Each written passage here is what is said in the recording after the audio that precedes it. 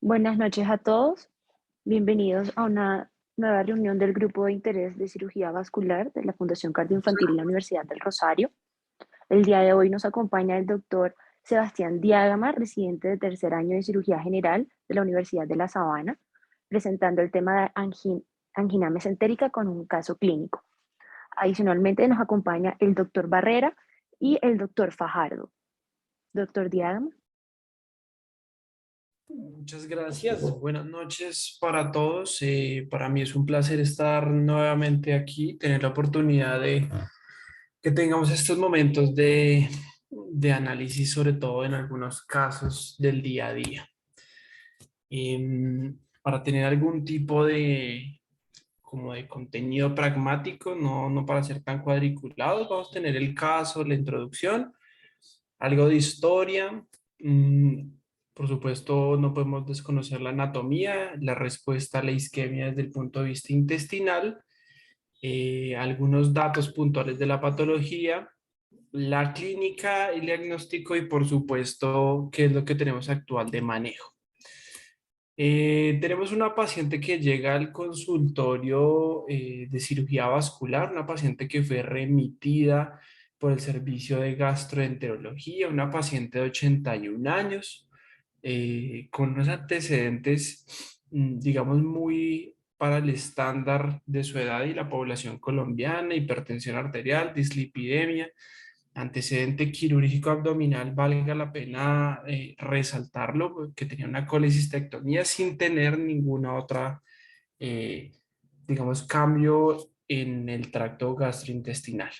Realmente la paciente venía en estudios por gastroenterología por algo de dolor abdominal ocasional. Sin embargo, no era, digamos, muy seguido el dolor, era muy tipo cólico, a veces asociaba algún tipo de alimentación en especial, mas no tenía alguna asociación clara con toda la alimentación.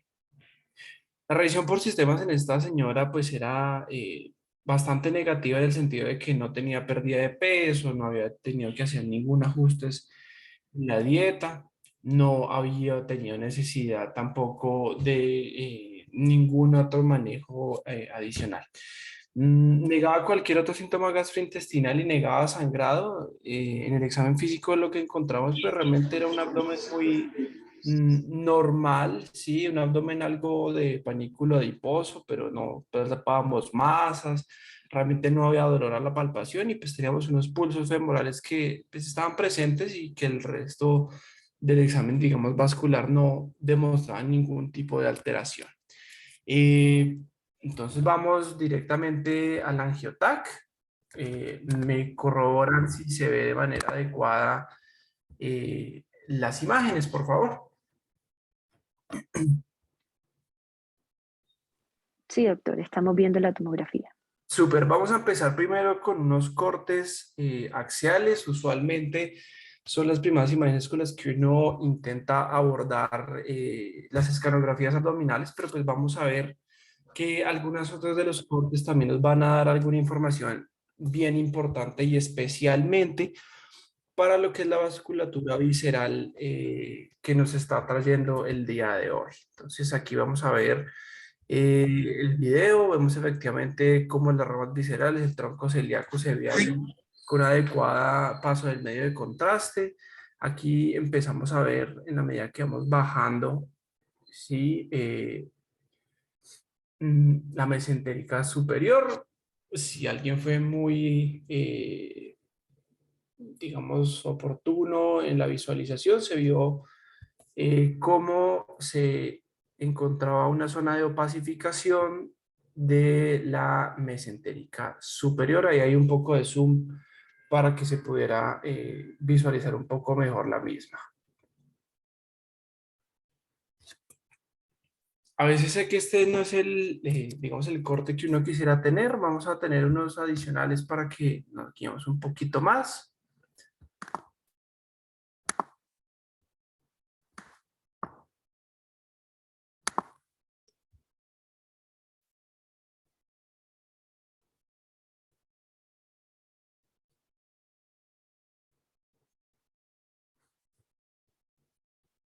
Efectivamente, pues empezamos allá a identificar un poco de manera más clara cómo hay una zona desde el origen de la mesentérica superior en donde pues no hay el medio de contraste, ¿sí? Que va en relación a eso mismo que estábamos pues, viendo en los cortes axiales. Y pasamos efectivamente a estos cortes coronales, en donde también vemos cómo hay un adecuado paso del medio contraste en toda la vasculatura visceral. Sin embargo, cuando nos acercamos de igual manera hacia la mesentérica superior, pues no hay, digamos, el medio de contraste, lo cual pues hace relación a la enfermedad aterosclerótica. Sin embargo, si volvemos a visualizar, pues vemos que el resto de las arterias principales viscerales pues están libres, no hay placas en el sentido de que el tronco celíaco, la mesentérica superior y la mesentérica inferior pues se van a ver con adecuado paso de medio contraste. Esta me parece que es una imagen bien bonita, nos puede dar también la misma información. Aquí vemos cómo se logra identificar claramente sobre la mesentérica, pues esta zona de llenamiento, como ya lo veníamos viendo en las imágenes anteriores. Ahí efectivamente se logra evidenciar la zona en donde no se ve el medio de contraste correspondiente a la zona de la placa de ateroma. En ese orden de ideas, pues efectivamente el radiólogo lee lo mismo que nosotros vemos, ve efectivamente una estenosis del 90% en el origen de la arteria mesentérica superior. Sin embargo, ve que el resto de las arterias viscerales están libres, no hay compromiso y la cuantifica en distancia más o menos unos 16 milímetros de longitud. Sin embargo, no les voy a adelantar desde ya cómo va a ser el tratamiento o cuál fue la conducta que tuvimos con esta paciente, pues para que tengamos algo de correlación a lo que vamos a hablar. Cuando uno habla de isquemia mesentérica, esto es a lo que uno, digamos que tiene en la cabeza usualmente, ¿sí? Cuando uno le hablan de isquemia, uno dice, no, pues el escenario agudo, el escenario en donde efectivamente hay un infarto intestinal, que pues por supuesto lleva a lo que bien sabemos que es la perforación, peritonitis y por supuesto unas altísimas tasas de mortalidad. Sin embargo, a lo que nos trae esta charla el día de hoy es un poco esos pacientes un poco más selectos, aquellos que tienen la patología crónica. Sí, por supuesto, cuando hablamos de angina mesentérica, pues es un término un poco amplio en el sentido de que haya una disminución del flujo sanguíneo. Esto, por supuesto, cuando ustedes lo lean en algún momento, siempre va a estar con múltiples causas, que sea aguda, crónica, que está la clasificación desde el punto de vista anatómico, de qué partes están comprometidas, que si es venosa o no, que es otro capítulo, digamos, aparte para el día de hoy. Así que nos vamos a centrar en la que es la crónica, que es muy acercada a lo que es nuestra paciente mencionada. Siempre hay que saber un poco de la historia para saber en qué empezó y hacia dónde vamos. El primer reporte que tenemos en la literatura es de 1895. Fue la primera vez en donde el doctor Elliot describe dos casos en donde hace resecciones intestinales por isquemia intestinal. Sin embargo, pues obviamente los resultados en estos pacientes fueron pues claramente con una mortalidad del 100%. Sin embargo, para 1918, el doctor Goodman en el American Journal of Medical Science describe el término angina abdominis. Y aquí es donde empezamos a tener ya un poco de, digamos, idea de que estamos enfrentándonos a una patología con unas tasas de mortalidad alta y que algunos pocos pacientes hacen diagnósticos, digamos, tempranos por una sintomatología que no es la más clara, como lo veremos adelante. Y tenemos para 1958 un artículo muy relevante Se publicó en el New England Journal of Medicine. El doctor Shaw y el doctor Maynard describen cómo se hace un tratamiento quirúrgico con una tromboendarterectomía. Y pues efectivamente, realmente lo describen inicialmente para el manejo de la malabsorción. Sin embargo, pues esto claramente nos trae todo, digamos, una cabida muy importante para lo que son los tratamientos que vamos a ver hoy. Nunca olvidar la anatomía, y esto digamos que hay que mencionarlo porque es una red muy grande. Empecemos partiendo de la base de que hay tres vasos grandes que dan toda la vasculatura visceral, troncos, y por supuesto las arterias mesentéricas superior e inferior. Aquí en la imagen de la derecha vemos cómo se empiezan a formar arcadas anastomóticas vasculares entre el tronco celíaco y la mesentérica superior. Esto, como nos damos cuenta, están formando unos arcos que son tanto anteriores como posteriores de las pancreatoduodenales, ¿sí? Esto, por supuesto, vamos a tener una superior y una inferior, y va a ser una, digamos, arcada anastomótica. Como vemos en la imagen de la izquierda, efectivamente vemos cómo es el tronco celíaco, ¿sí? Cómo nos va a dar las tres respectivas ramas principales y cómo van a dar estas arcadas anastomóticas hacia la mesentérica superior a través de la primera, segunda y una pequeña porción de la tercera porción duodenal. Em, Sigamos con la mesentérica superior. Aquí, pues efectivamente lo que tenemos es todos los vasos yayunales y ileales. Recordar que entre más distal va a ser, pues van a tener, digamos, mayor propensión a tener cambios en la tonicidad de los vasos. Entonces, digamos que eso es lo que hay que tener presente para algo que les voy a mencionar adelante. De igual manera, el colon, pues vamos a tener una distribución curiosa, en el sentido de que todo lo que es el colon derecho y lo que tradicionalmente mencionan como los dos tercios proximales del colon transverso, pues van a estar irrigados por la mesentérica superior.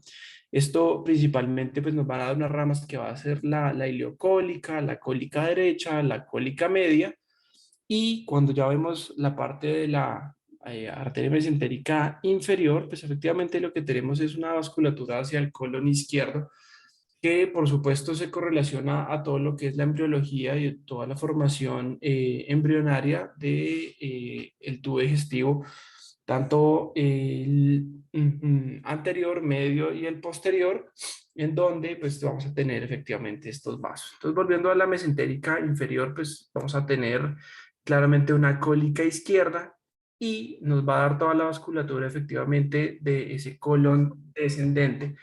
Y si se pone a analizarlo, toda la que es la zona del ángulo esplénico del colon, pues va a tener una irrigación, digamos, un tanto anormal, y eso ya lo vamos a ver ahorita, por supuesto.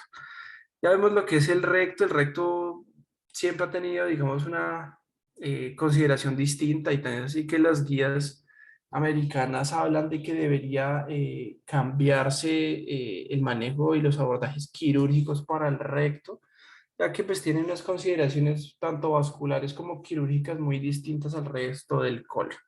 Entonces, lo que están, el recto superior, pues efectivamente vamos a tener una vasculatura dada por la mesentérica inferior, por la rama sigmoidea, y ya lo que es el recto medio e inferior, pues nos lo va a dar directamente por la ilíaca interna o hipogástrica. Así, en esta medida, pues les estoy marcando los dos puntos en donde se comunica toda esa vasculatura visceral. Por supuesto, no podemos dejar de lado pues esas zonas que van a estar proclives a la isquemia, como lo vamos a ver adelante.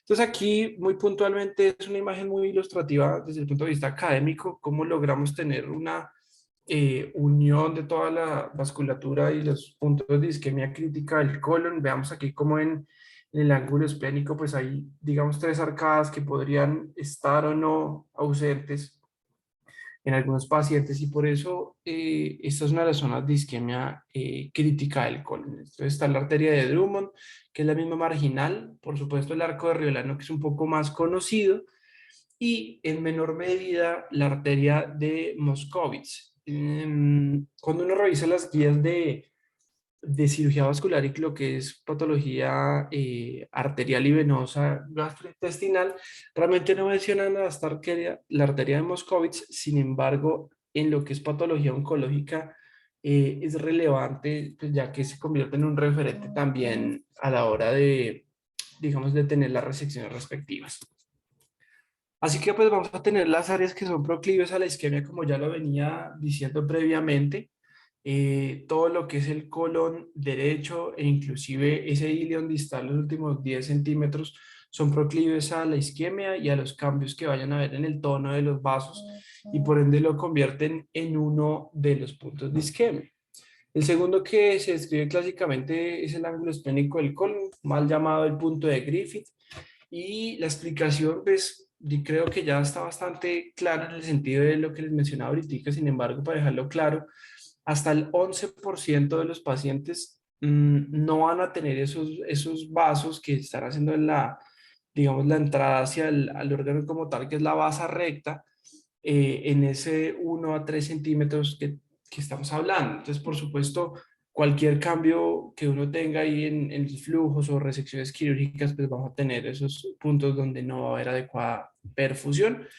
Y el punto de Sudeck realmente es el punto de la unión recto-sigmoidea, en donde efectivamente la mesentérica inferior nos va a los vasos hacia la región sigmoidea. Todo esto fue descrito hace muchísimos años, tanto por estudios de especímenes quirúrgicos como hallazgos de necropsias. Esto, pues, los primeros que se empezaron a describir de una manera un poco más reglada fueron allá en el 76 y ellos pues realmente empezaron a darse cuenta de que hay algunas anastomosis del colon ahí pues fallaban y pues la causa empezaron a darse cuenta que también era por la parte vascular, claramente.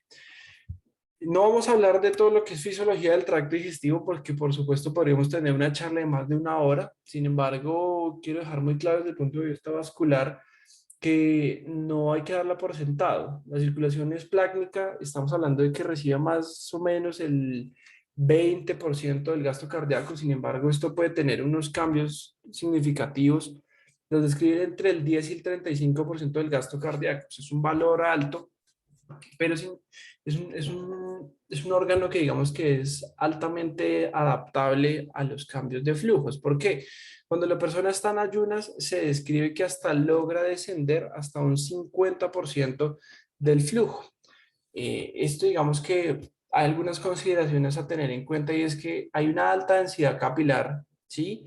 Sin embargo, las tasas de extracción de oxígeno pues no son las más altas, ¿sí?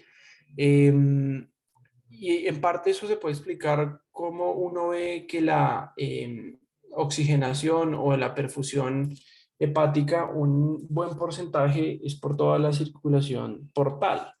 Pero digamos que eso no es lo que nos trae al día de hoy, realmente la parte de la circulación portal. Todos estos están exactamente mediados también por mecanismos neurales, hormonales, todo lo que es el simpático, el eje renina-angiotensina. Y por supuesto nos trae entonces a la pregunta de cuando hacemos la reperfusión de un órgano, ¿qué pasa? Y eso creo que es la misma consideración que en el resto de órganos, la liberación de radicales libres, la activación neutrofílica y por supuesto esas toxinas de hipoperfusión que se liberan una vez haya reperfusión, digamos, tienen una respuesta muy significativa sobre el paciente y efectivamente ahí esa balanza entre reperfusión y hipoxia es bien difícil de lograrla en el sentido de que, por supuesto, cuando hablamos de que baja de 30 a 45 milímetros de mercurio en la presión arterial media, ya empieza a haber algo de lesión. Pero como nos damos cuenta, algunos pacientes, como la señora que teníamos del caso, realmente no estaba haciendo síntomas y no estaba teniendo ninguna repercusión en su vida. Miren que curiosamente esto Se analizó en un estudio que lo hicieron en el Departamento de Cirugía de Uppsala en Suecia. Sí, esto se publicó hacia los años 2000 y se dieron cuenta que esos cambios de la presión se podían documentar. Claro, en la práctica clínica no es tan fácil llegar a hacer esas consideraciones tan puntuales, pero digamos que vale la pena siempre tenerlo muy presente que más o menos esos cambios del 75% de los flujos van a ser como los indicativos de hipoxia. Em, por supuesto, la etiología principal, como las demás enfermedades arteriales oclusivas, vienen siendo la aterosclerosis. Sin embargo, pues hay algunas otras causas raras que ahorita voy a mencionárselas de una manera muy rápida y muy por encima.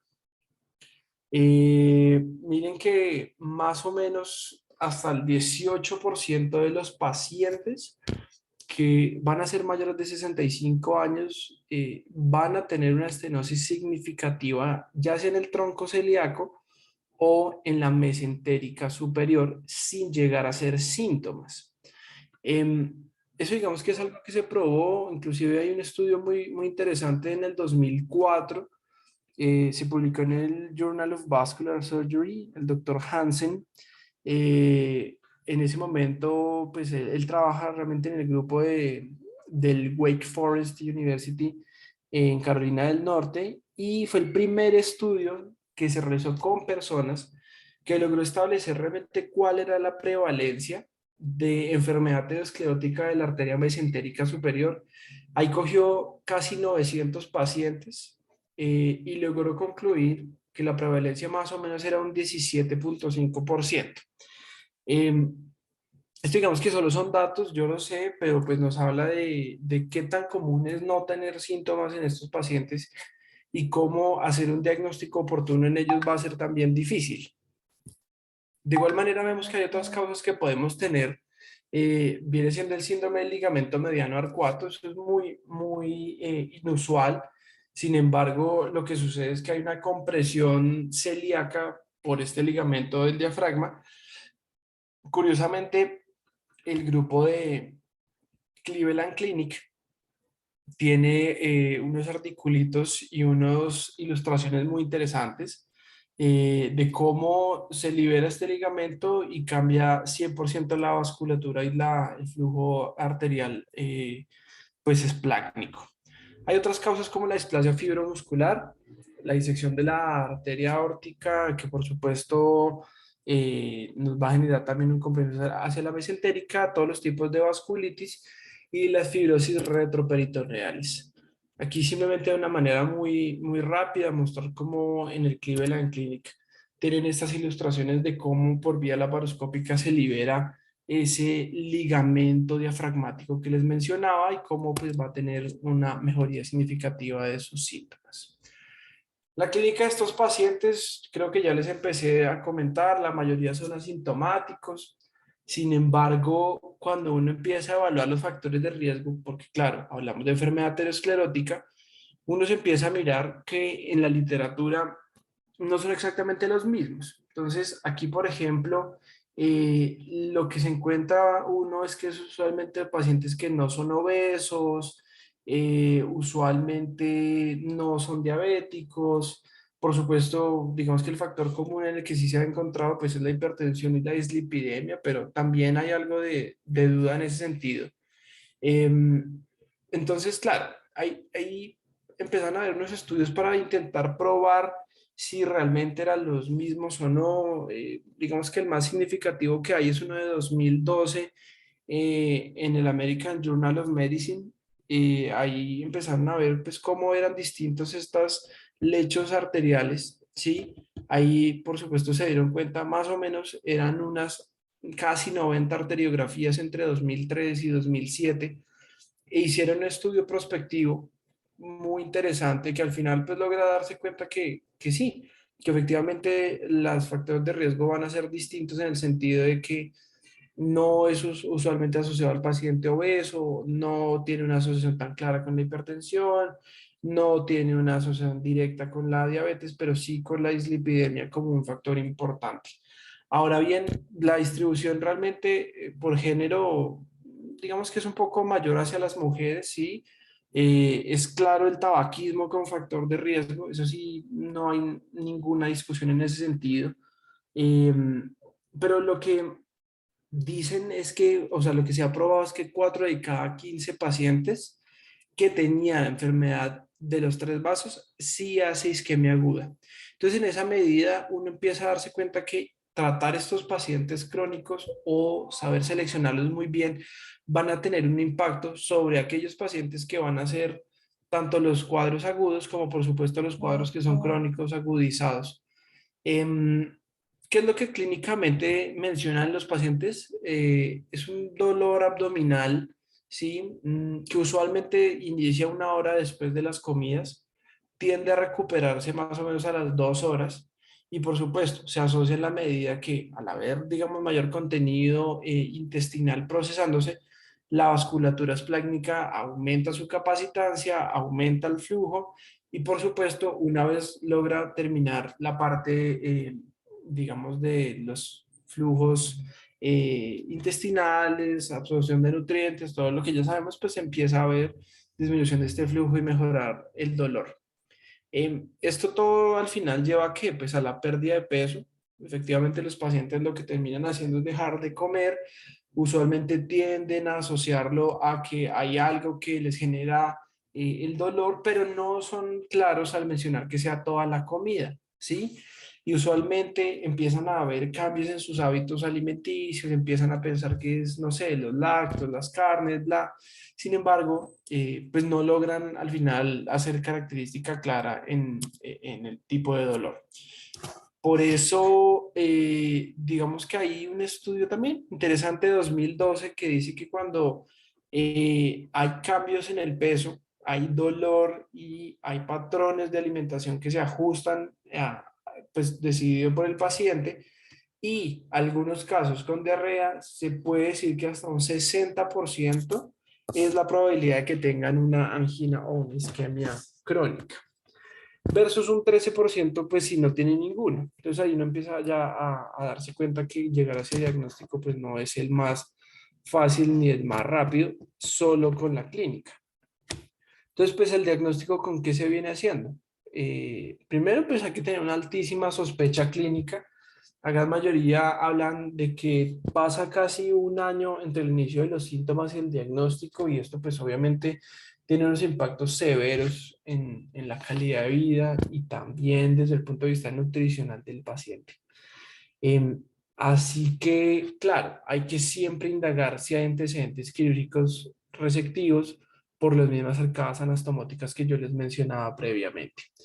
El angiotac, sí, el advenimiento de las imágenes contrastadas tipo angiotac cambió de una manera significativa cómo se abordaba esta patología, inclusive el American College of Radiology después del paso del tiempo empiezan a darse cuenta que es el mejor estudio que se tiene digamos, a la mano sin ser invasivos, con una sensibilidad y una especificidad mayor del 90%. Y sí, entonces, por supuesto, es muy, muy bueno.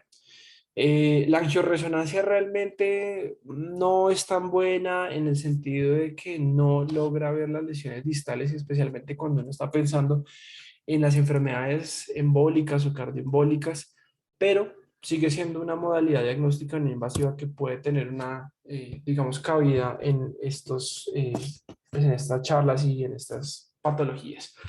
Aquí en esta imagen tenemos pues una A y una B, efectivamente. Entonces tenemos en el A pues una ortograma que es lateral, ¿sí?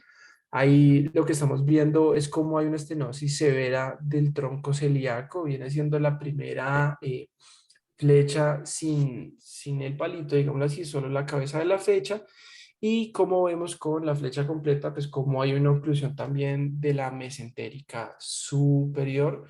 De igual manera, en la imagen B, que se logra de hacer como una magnificación de estos hallazgos, pues vemos efectivamente las estenosis del tronco celíaco y pues la oclusión de la mesentérica superior. Digamos que lo que tenemos de último de evidencia con mayor peso estadístico viene siendo las guías europeas de 2017. para lo que es la patología arterial y venosa mesentérica. Entonces, ¿qué nos dice desde el punto de vista de diagnóstico? Nos dice que lo primero que se debería tener en la sospecha diagnóstica como herramienta diagnóstica, pues viene siendo los estudios contrastados, ¿sí? Eh, Entendiéndose que es el que mejor rendimiento tiene. Sin embargo, hace la salvedad de que el estudio tipo duplex puede tener una cavidad significativa, ya que no se expone al paciente a medios contrastados, por supuesto no tiene la irradiación y eso pues digamos que es algo significativo. Ahora bien, en aquellos pacientes pues donde se logra hacer con la angiotomografía, digamos la exclusión o la detección de cualquier otra patología intraabdominal y que se logre evidenciar esta patología arterial oclusiva, pues creo que es más que suficiente para tener el diagnóstico de esta enfermedad. Y claramente nos menciona que la resonancia pues puede ser una alternativa al angiotac, especialmente en algunos pacientes que tengan alergias a los medios de contraste. Hay algunas otras pruebas funcionales que se han descrito. La tonometría es la que más se logra evidenciar. Sin embargo, ninguna ha sido aprobada en la práctica clínica. La tonometría, hago una salvedad, ese sí se han hecho estudios y especialmente en pacientes sépticos, en donde lo que se mira es el coeficiente entre el pH gástrico, ¿sí? Y cómo es la difusión del CO2 en la mucosa gástrica.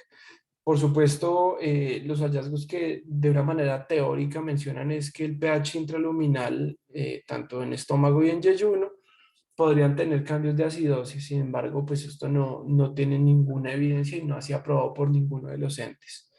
Algunos otros estudios pues han sido la oximetría de espectroscopia, sí, ahí buscan es como mirar la saturación de la mucosa por endoscopia, pero vuelvo y repito, no ha sido aprobado, y la resonancia con venografía, eso se describió en 1995, ahí digamos que lo que querían era tener la hipótesis de que el no aumentar el flujo postprandial en el sistema venoso iba a hablar de que hay una estasis, una congestión, pero vuelvo y repito, esto no tuvo ninguna correlación con la práctica clínica. Este es, digamos, uno de los balones que se utilizan para la tonometría, ¿sí? Al final lo que uno busca mirar es cómo está ese pH ahí intraluminal, pero vuelvo y repito, pues realmente no tenemos ninguna evidencia clara sobre que eso sirva o que ninguna ente regulador lo haya avalado. Entonces la pregunta es, ¿qué hacer? ¿Sí? ¿Qué hacer cuando ya tenemos efectivamente una imagen que nos dice que tiene uno, dos o tres vasos comprometidos por enfermedad aterosclerótica, si tiene o no síntomas?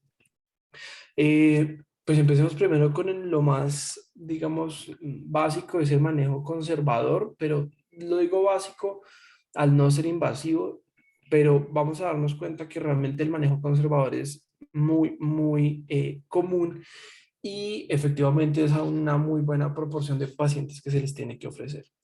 Em, este manejo se le da principalmente a los que están asintomáticos. Por supuesto, quitar el tabaquismo es lo primero que se debe hacer, ¿sí?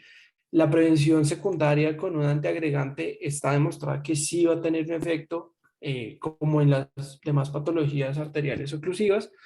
No se recomienda el uso de anticoagulantes, ¿sí? Y son muy claros al mencionar que no se deberían hacer intervenciones profilácticas. Ya vamos a ser un poco más puntuales en cuáles sí y cuáles no. Em, ¿Cuáles podrían ser tal vez los que uno podría, qué pacientes excluir de este manejo conservador? Es aquellos pacientes que tienen, por ejemplo, una patología aórtica y van a reconstrucción. Sí, ahí tal vez podría ser una excepción, no es ser tan reglados, pero pues sí es algo que lo hace uno pensar dentro de la misma lógica quirúrgica.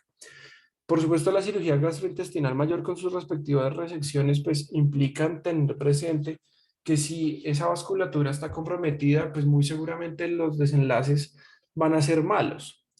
Y siempre debe estar acompañado de una adecuada valoración nutricional objetiva, Y por supuesto, de la mano de las mismas guías de soporte nutricional que hay hoy día, la ASPEN, la ESPEN, son muy claros que uno debería buscar la manera de optimizar su estado nutricional. Digamos que ha sido avalado realmente por casi todos los grupos quirúrgicos vasculares. Se empezó a hablar de una manera mucho más sistemática en el 2010, 2014, de manera más, digamos, rutinaria, ¿sí?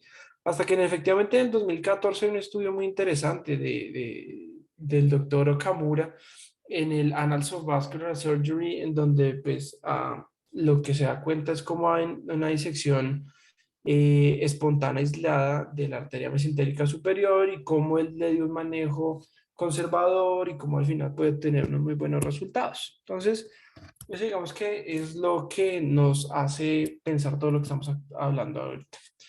La revascularización, que es la verdadera pregunta, ¿quiénes son los que hay que hacerlo? Entonces, cuando uno mira la literatura de una manera muy eh, amplia, digámoslo así, pues uno se da cuenta que las recomendaciones no son tan específicas y que a veces no se ajustan de frente a las necesidades del paciente. ¿Por qué lo digo? Porque lo que dice la literatura es, momento, todos los que tengan dolor y todos los que tengan pérdida de peso. Entonces uno dice, ok, es unas buenas consideraciones iniciales. Segundo, que para prevenir los infartos intestinales. De acuerdo, eso creo que no hay ninguna discusión en ese sentido. Pero hasta este instante no nos ha dicho exactamente si debe tener compromiso de uno, dos, tres, cuatro, no dice nada de cuántos vasos, como si lo voy a mencionar ahorita. Entonces la pregunta es que cuando estamos haciendo revascularización, ¿qué sería mejor? ¿Hacerlo percutáneo o hacerlo quirúrgico? La evidencia actual nos dice que la primera línea debe ser el reparo endovascular, que podrían haber algunas consideraciones para no tenerlo presente como la enfermedad renal crónica y eso también que a veces uno lo coloca en esas balanzas de riesgos-beneficios, por supuesto la alergia al contraste, ¿sí? Y cuando uno se da cuenta en los análisis estadísticos que hay, la arteria que está más revascularizada es el tronco celíaco, aunque usualmente cuando ella está sólita comprometida, pues no se interviene. Entonces, son datos que al final uno podría ser un poco más, digamos, ecléctico cuando uno está viendo estos datos. Entonces, ¿qué nos dicen las últimas guías que son las 2017 las europeas, las que les mencionaba? Dice que en los pacientes que tengan angina mesentérica causada por una enfermedad oclusiva multivaso, se recomienda la revascularización. Y hago la salvedad de multivaso porque efectivamente miremos como la paciente que teníamos en la consulta, al no tener síntomas y no tener más de un vaso comprometido, pues la opción no era hacerle una revascularización. La siguiente recomendación que nos hacen es que si llegamos a tener un solo vaso comprometido, pues uno tendría que colocar en una balanza los riesgos y beneficios de la pérdida de peso, la diarrea, el dolor constante, y ahí, por supuesto, habría la consideración muy individual de cada paciente. Nos dicen también, aunque tienen un nivel de evidencia solo C, es que aquellos pacientes que estén en un estado general muy malo, una pérdida de peso severa, diarrea continua, dolor abdominal severo, digamos que lo que ellos dicen es que no deberíamos intentar mejorar su estado nutricional para llevarlo a cirugía. Claro, eso digamos que va en contra un poco de las consideraciones que uno usualmente tiene en cirugía, de decir, listo, es, que esté en la mejor estado para llevarlo a cirugía. Aquí tal vez no lo sea la mejor de las situaciones pues, que tenemos que pensar. La cirugía abierta, claro, eso fue como se describió inicialmente los manejos.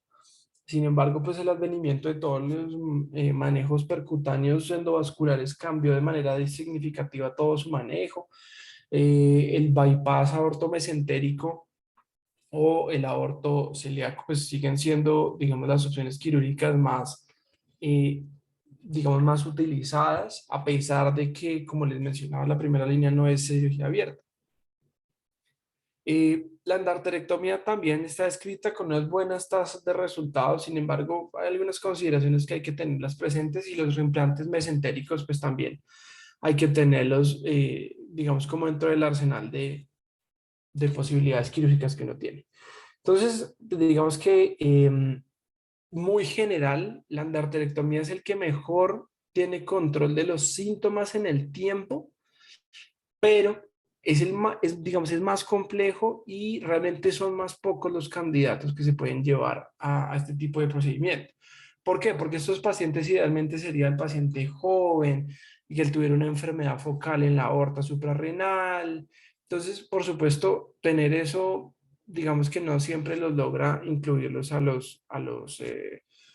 pues digamos, a estos pacientes en este tipo de cirugía. Em, digamos que si ya llevamos a nuestro paciente efectivamente a un bypass, entonces la pregunta es qué injerto utilizar, un Dacron, un PTFE o pues una vena. Eh, hay un estudio observacional de la American College of Surgeons que cogió las bases de datos incluyendo casi 200 pacientes y se dieron cuenta que pues efectivamente el uso de la avena pues va a tener unos peores resultados, tiene unas tasas de contaminación y de complicaciones bien significativas, motivo por el cual pues no hay que considerarlo. Las tasas que tenemos de permeabilidad en injerto a 5 años vienen siendo máximas hasta el 70%, pero pues estamos hablando de que el 57 al 69% es como digamos, los valores que se tienen actualmente. Em, hay todos los clinical research que se están ahorita planteando para los usos de las distintas prótesis, pero pues no hay ninguno que nos diga que sea mejor uno o el otro dentro de lo que pues, se hizo la revisión. Esto pues es lo que uno, digamos, tendría en la cabeza que tendría que hacer. Vemos que hay que hacer un reparo pues, con la prótesis del tronco celíaco y efectivamente hacer la mesentérica superior, pero pues esto implica una dificultad técnica significativa y por supuesto, como lo vemos, pues cada día es algo que se hace con menor medida y pues por supuesto enfrentarse a que si hay una complicación vascular en alguna de estas arterias esplácnicas, pues va a tener unos resultados muy malos y unas catástrofes al final en estos pacientes. Entonces, las guías que nos dicen puntualmente sobre cuándo hacer una revascularización abierta. Plantean tres situaciones muy puntuales. Dice que en el paciente que falló la terapia endovascular, tiene sentido, por supuesto. La segunda consideración es que los que no son candidatos para terapias endovasculares, ya sea porque tienen una enfermedad de oclusión muy extensa o porque tienen unas calcificaciones pues, que no permiten hacer una angioplastia adecuada y pues obviamente el stent tampoco. Y la tercera es aquellos pacientes que sean jóvenes, que tengan unas lesiones no ateroscleróticas muy complejas, ya sean causadas por vasculitis o por algunos síndromes medio aórticos, ¿sí? Entonces, son como las tres consideraciones muy puntuales que nos dejan. Mm, así que, claro, pasamos por supuesto a la angioplastia. Entonces, la angioplastia pues sigue siendo la primera línea. El éxito técnico que está escrito es alto, sí, y esto principalmente porque nos dice que al tener una estenosis residual del menos del 50% se considera un éxito, sí. De igual manera, la mejoría del dolor abdominal se describe hasta en un 100% de los casos. Obviamente esto depende del estudio que uno lea y más o menos hasta el 50% de los pacientes puede lograr ganar peso, por lo menos de que ellos no sigan perdiendo peso y que logren tener una calidad de vida mejor, pues es una de las cosas que nos guía a tener este tipo de terapias. Las complicaciones asociadas a la angioplastia vienen siendo menos del 10%, digamos que para hacerles un valor muy aproximado es el 7%, y pues las principales vienen siendo la embolización, la perforación, la disección y la trombosis, que por supuesto pues tienen un cambio significativo en los pacientes. Aquí vemos efectivamente pues una angioplastia, vemos como en la imagen B, que es la superior derecha, pues tenemos los catéter, cómo se encontró la zona de, digamos, de oclusión arterial. efectivamente cómo se despliega el stent en la C y cómo con un balón al final se termina de hacer el packing de la misma. Em, ¿Cuánto viene siendo las tasas de restenosis que vendría siendo la duda?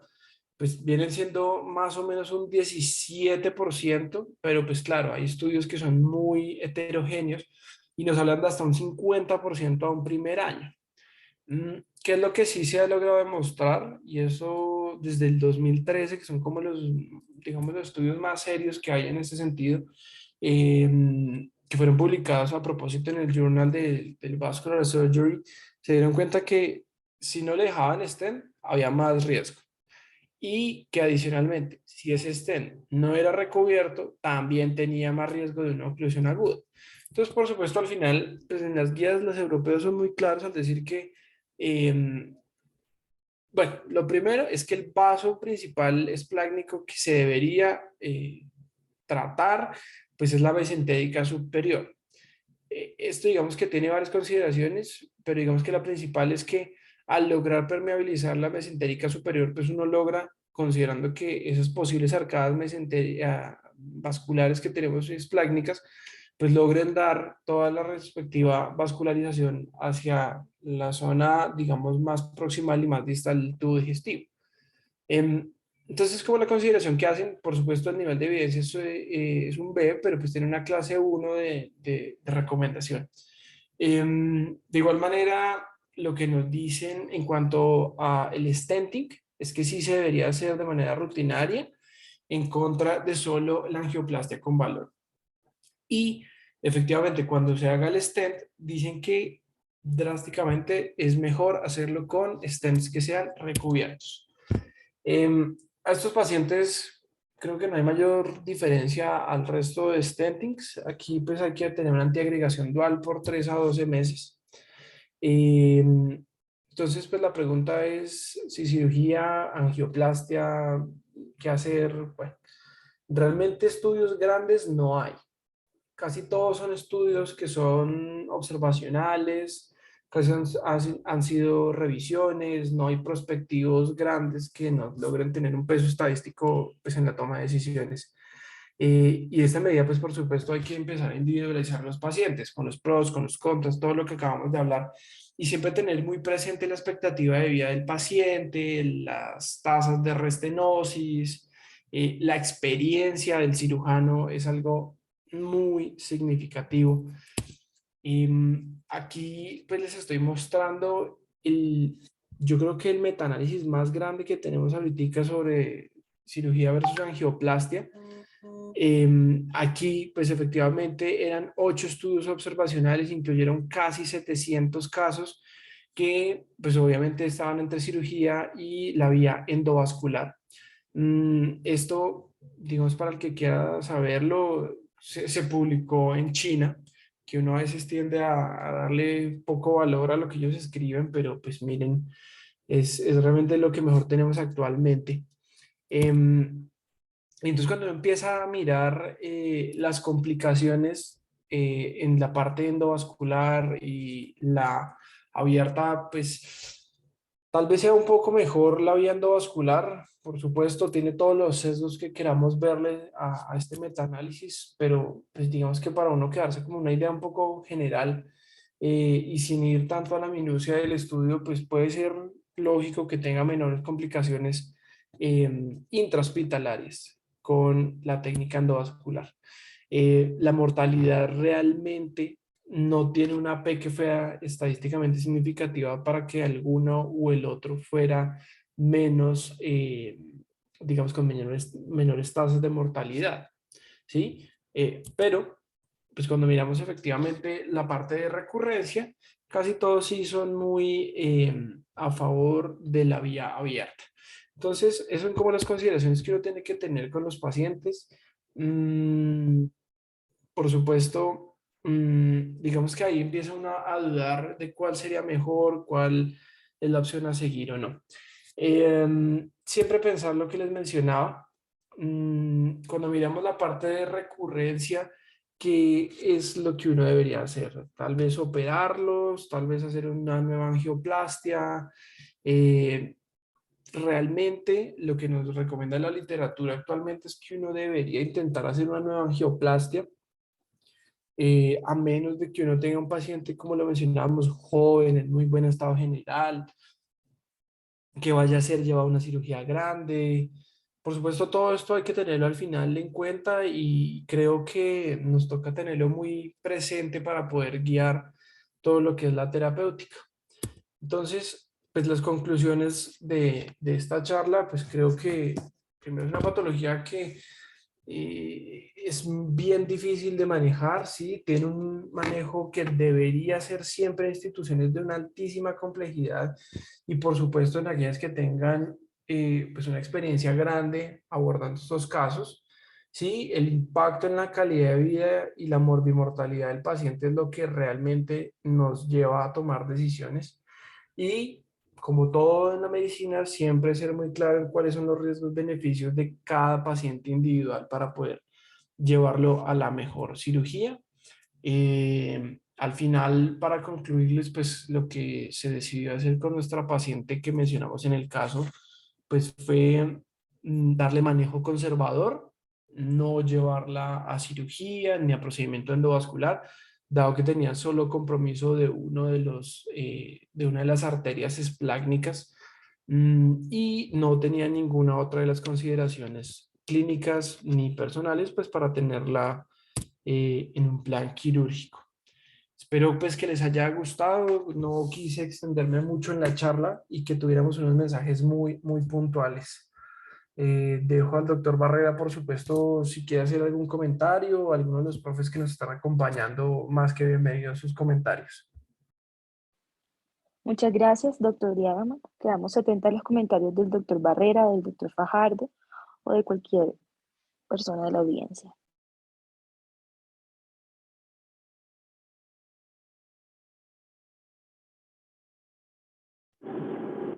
Yo le cedo la palabra al doctor Fajardo, los demás, antes de hacer mi intervención. Buenas noches, muchas gracias. ¿Me escuchan? Sí, señor, se le escucha muy bien. Ok, perfecto. Primero felicitarlo, me parece que la charla estuvo muy completa, creo que abordaste todos los temas, no se nos escapa nada.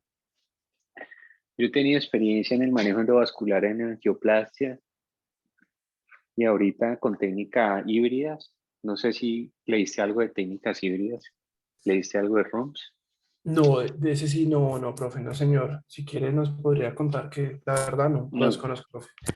Bueno, entonces, cosas que quería puntualizar es que estoy de acuerdo con muchas cosas que tú dices y las indicaciones reales en este momento son pacientes con isquemia mesentérica crónica sintomáticos, que realmente tengan síntomas por isquemia mesentérica crónica. Esa es la indicación real.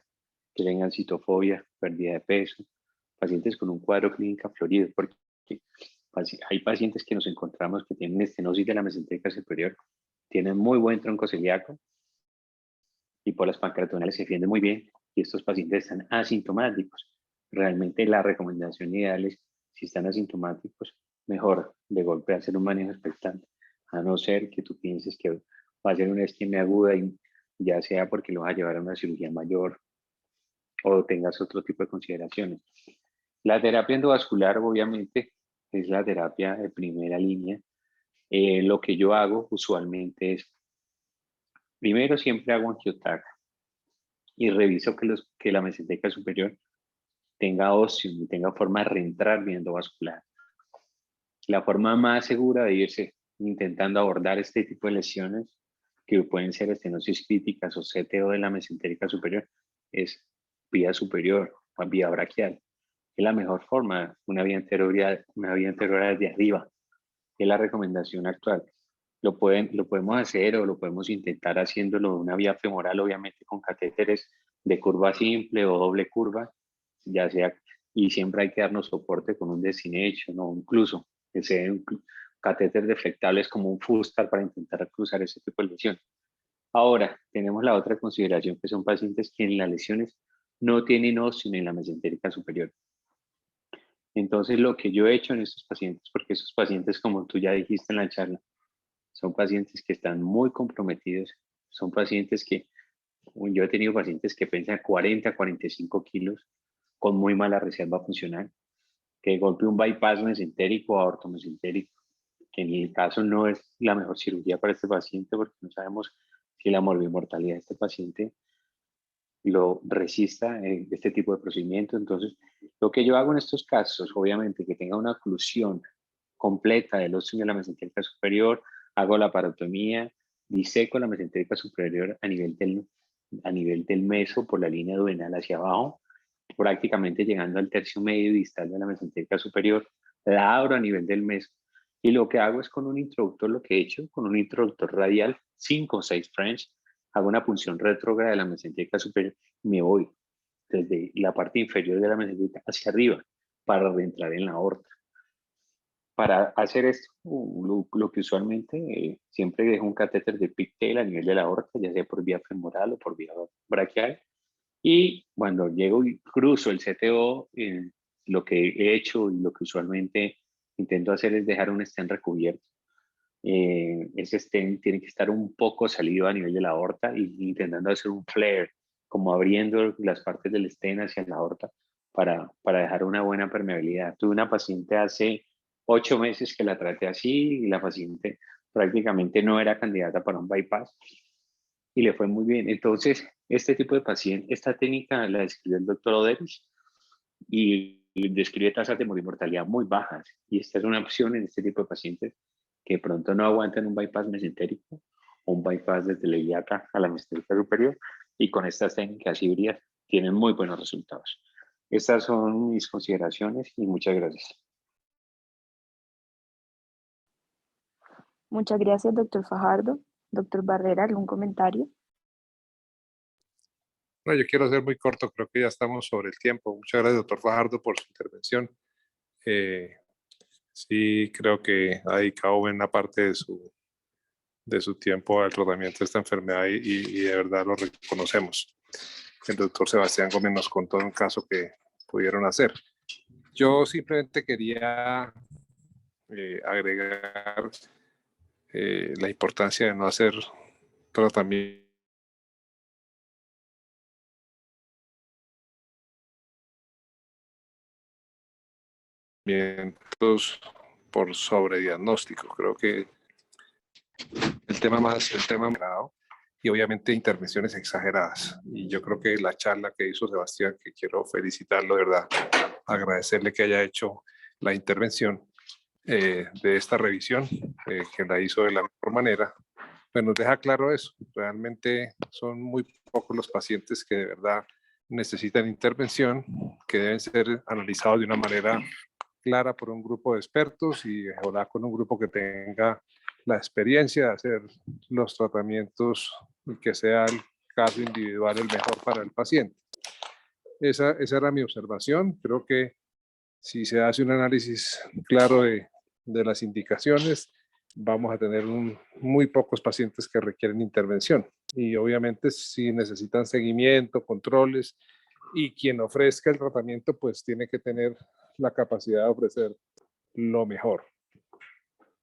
Esa era mis observaciones. Yo creo que en estos 4 años en la cardioinfantil hemos tratado 3 pacientes con angioplastia. No hemos tenido que hacer ningún procedimiento híbrido ni quirúrgico y de una manera selectiva y clara se han llevado a los pacientes con éxito, con lesiones ostiales, con compromisos de 2 de los 3 vasos espláncnicos, con recuperación del peso, con recuperación de su vida, su calidad de vida. Y yo creo que un punto importante a considerar es si de verdad vamos a utilizar estén recubiertos. Estamos esperando seguramente tener más evidencia para poderlo decir de manera clara, pero cada vez vemos que estos muestran mejores permeabilidades, menos invasión de reestenosis a los vasos.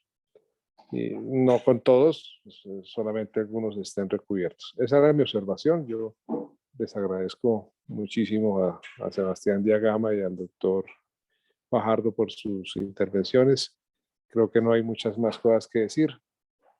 Si hay preguntas, estamos abiertos para responderlas.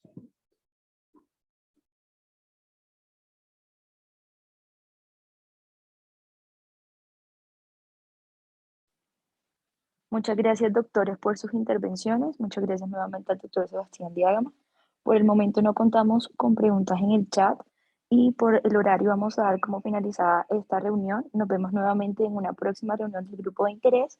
Que tenga muy buena noche. Muchas Muy gracias a buenas todos. noches Una a buena todos. noche. Muy amables.